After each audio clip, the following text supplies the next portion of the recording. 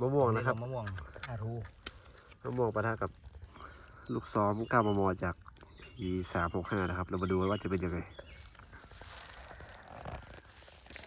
สีแดง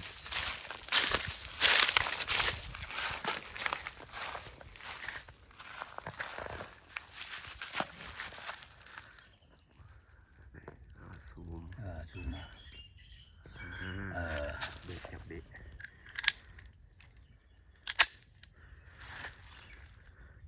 ซิกพี365นะครับลูกซ้อม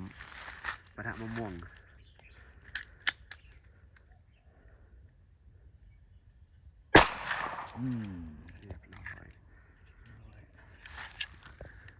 เรียบร้อยนะครับ P365ไปดูเป้ากัน